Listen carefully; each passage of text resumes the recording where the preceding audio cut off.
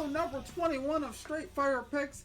It's good to be joining in here tonight. I'm recording this the night before on June 13. Games just ended. Got more exciting news. So we went 6-3 last night, right?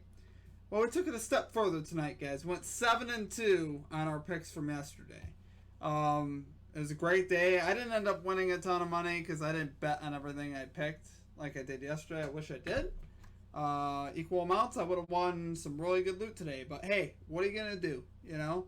Can't win them all. Alright, so we're going to get right into the results from last time. We're going to tell you how we got there. Okay, so number one in my best sports picks, I had the Brooklyn Nets minus 1.5 point spread versus the Bucks minus 112. So here's the deal, right? I don't feel bad about that pick whatsoever. Kyrie Irving got hurt in the second quarter. Nets were up by 11 when he got hurt. So, team completely fell apart after that. Got outscored by over 30 points, I believe. Ended up losing 107-96.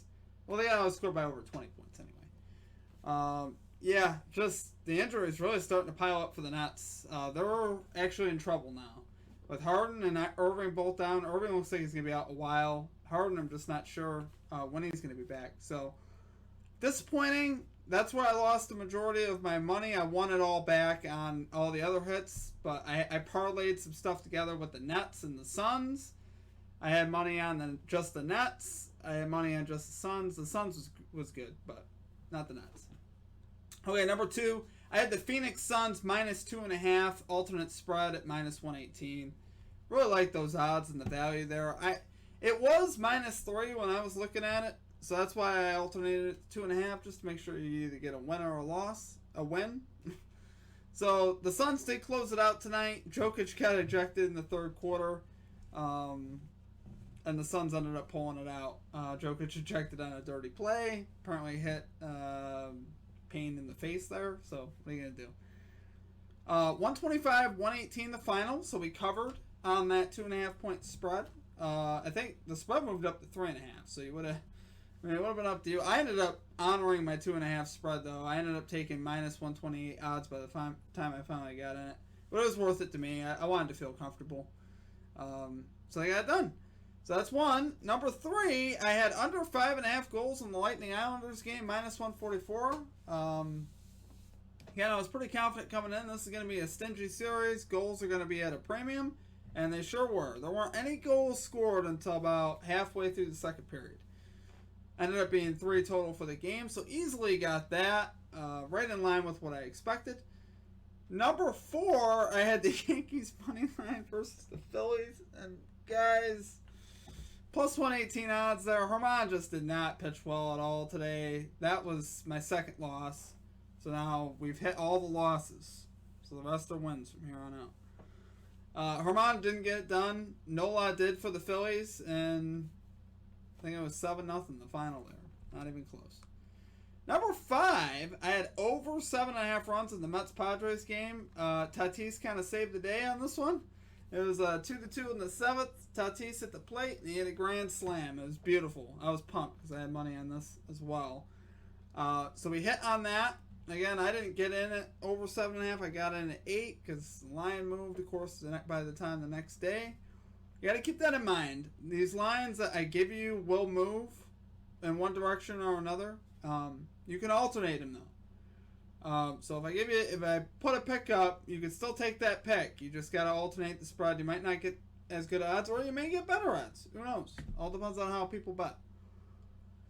Alright, so then the quickfire round, we swept this. 4-0, perfect 4-0 in the quickfire round. We had the Braves money line versus the Marlins, plus 118. We had the Padres money line versus the Mets, minus 136. Both of those hit pretty easily. 6-4 Braves over the Marlins. Padres beat the Mets. What was the final there? 7-3, I believe. Astros money line versus the Twins. That game not close. Astros, I know, scored more than 10 runs in that one. And then under 227.5 in the Nets-Bucks game. This is a bet I really wish I took today. I was really convicted, actually, about this bet earlier in the day. I was talking to my buddy Dave about it. And we both were convicted on it. Neither one of us took it. We were both getting ready to take it, and we just didn't take it. I don't know why. Alright, so that's it, guys. So 7-2 total. in the episode there. 4-0 in the quickfire round, 3-2 in my normal. So definitely making money there, guys. Tell me all how you made out. But yeah, we're looking good on the year. On the year right now, we're 48, 43, and 1. And our normal picks were 16 and 12 on the quickfire round. So we're really gaining some momentum. Like I said, I was 18 and 25 at one point. That has really turned around. 30 and 18 since then. So we're making money. So yeah, hop on the bandwagon. Know what I mean? All right, so now we're going to get right into our picks for June 14th, 2021. Number one, I got over 225.5 points in the Hawks-Sixers game at minus 110 odds. I just think you're going to see a lot of offense again here. The Hawks have absolutely no answers for the Sixers on the defensive side of the ball. Sixers shooting north of 60% in the series. I think the Hawks are going to play an inspired Game 4, though. I'd be surprised if it's not a close game. I don't feel comfortable betting on the game itself for a result. I'd rather just take the over because I think that's definitely going to hit. Minus 110 odds there. Number two, I got over 223.5 points in the Jazz-Clippers game, minus 110. We saw all the offense you needed to see last game. I think we had 238 points last game. Kawhi Leonard over 30, Paul George over 30, Reggie Jackson over 15. A lot of good stuff happening there. Expect more of that in Game 4. I expect the Clippers to be rolling again at home. Definitely roll with them again. That is my number 3 pick. Here tonight, the Clippers minus 5 spread versus the Jazz, minus 110. I'm not even alternating this, guys. I'm this confident where I think the Clippers will cover. You might get a push if it's 5 points. But yeah, take that 5-point spread or wherever it ends up being at.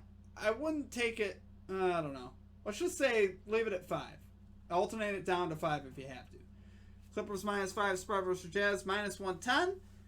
Number 4, guys, I got over 5.5 goals in the Golden Knights Canadiens game. So, the Canadiens have actually been very stingy this postseason. They've had a very good postseason as far as goaltending, really getting it done with low-scoring games.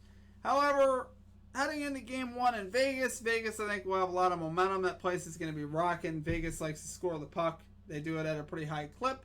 Look for that to happen for sure. I hope the Canadiens can fight with them a little bit, even though the Golden Knights are my Stanley Cup pick. I do like the Canadiens. Canadiens are, if I had a hockey team, I'd lean toward the Canadiens more and more and more over the last couple of years. So, yeah, over 5.5 there. Canadiens definitely giving up goals. I think the Canadiens will also score, though, too. Canadiens will come out. They'll play a decent game, but Golden Knights are definitely going to score. Number 5, I got the Blue Jays money line versus the Red Sox plus 112. So for one, I like this for 2 reasons. Number 1, we got a better statistical pitcher on the mound. Here we got Manoah on the mound, 1-0, 3.14. We got good odds at plus 112. Going up against Eovaldi for the Red Sox, 7-3 with a 4.11. Eovaldi got lit up last game he pitched. 5 innings pitched, 5 runs, 11 hits against the Astros. So Eovaldi's had a good year outside of that, but I think the Blue Jays get it done here. The second reason why I like that, Blue Jays really on a hot streak right now against the Red Sox. 118-4 today over the Red Sox. Won yesterday big as well. I believe the final there was 7-2 yesterday. So Blue Jays keep the momentum rolling here into the final game, and they get the sweep of the Sox. Alright, and then our quick fire round, guys. Again, we're going to go player props. This worked well the other day, and I think look for these to hit. I made some adjustments. I think these have a good shot at hitting. We got over 28.5 points for Kawhi Leonard, minus 118. Kawhi comes to play again in Game 4, guys. No changes here. We had over 27.5 in the previous game. Look for over 28.5 here. Kawhi gets it done. Paul George, 3 made threes, minus 118. He hit 6 last game. Need I say more? Reggie Jackson, 3 made threes, minus 128. He hit 5, I believe. Just think it's... I just don't expect anything to change in that regard. Reggie Jackson, good offensive player as well. I think he put up 28 the game before that, so he's going to play well. Royce O'Neal, 2 made threes for the Jazz plus 100. I like this a lot more than the Bogdanovich one I had the other day. 2-3 is very doable for O'Neill here. Look for him to get that done.